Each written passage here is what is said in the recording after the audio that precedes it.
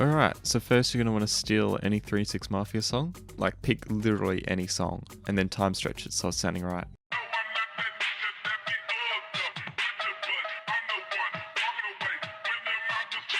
Then make a kick and snare pattern that follows what was already in the sample you stole. Why think about making something new, right? Layer that with this hi-hat pattern. You might not know about this one, so take notes.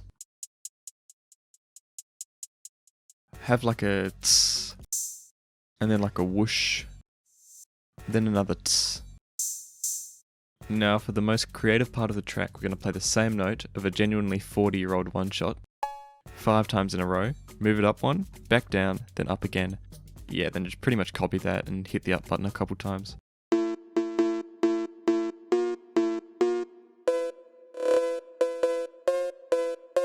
Now copy and paste the whole track and you're on your way to Sweden. Wait.